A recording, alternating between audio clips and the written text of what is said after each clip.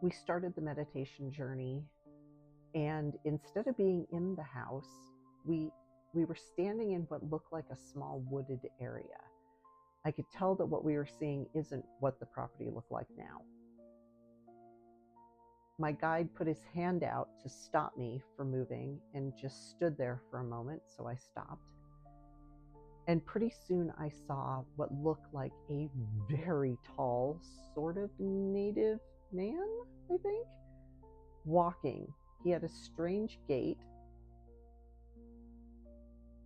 He, by any consideration, would have been called a giant. Easily 13, 14 feet tall. He was walking partly on a road, but the path that he was walking didn't follow the road. It was just a coincidence that a road was in part of his path now. I know this sounds insane. My guide made it very clear that we weren't to get his attention in any way. I asked my guide what this was, and he said an Indian name, or it sounded Indian. I couldn't even tell you how to spell it. He said they're far older than any living people, and they answer to gods that are no longer here. He referred to it as a sentinel or a watcher, not in the same way that shadow people are. He put it in a similar category as the golems that I've seen. He said they're neutral and they just walk. He said that they're put there intentionally by someone, I assume Native American, because that's how old they are. It's the only people that could have. And that we just leave them alone. They're part of the landscape. We don't do anything with those. And he was very insistent that we not get its attention.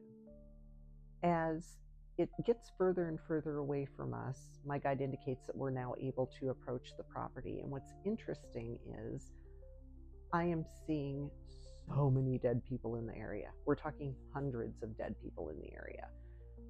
It's like the Macy's Thanksgiving Day parade of dead people in the area. It's just crowded with so many dead.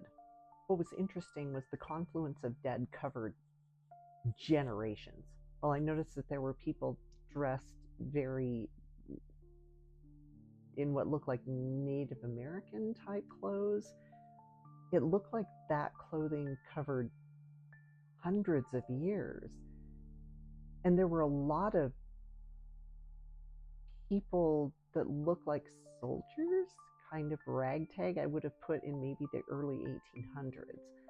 But the amount of dead people there was staggering. To even get to the house, we had to erect a wall around the property to just remove the dead from enough of the space around the house that we could see what was going on.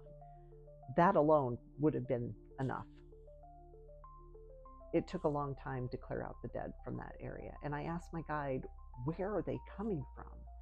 And while he indicated that there had been a lot of historically significant things that had happened there, he said, they're from the fort.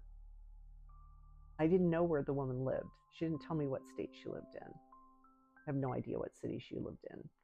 So I tucked that away. We finally get the dead cleared out from around the house, and I'm not really seeing anything else there. So we do a clearing of the property. We clear the people that are there. And I asked my guide, what are the long-term solution for this? And he said, there is no solution except to move.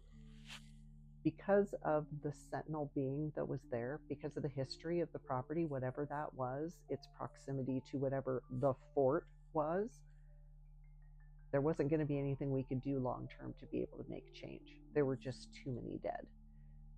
The energy there, especially for sensitive people, would have perpetuated what was going on in their house. So while we can remove everything, if there are so many things around, it's like trying to keep water from spreading. You can clear out a little bit of it, but unless you're taking away the source of the water, it's just going to keep creating the puddle. So we cleared out the space, and I contacted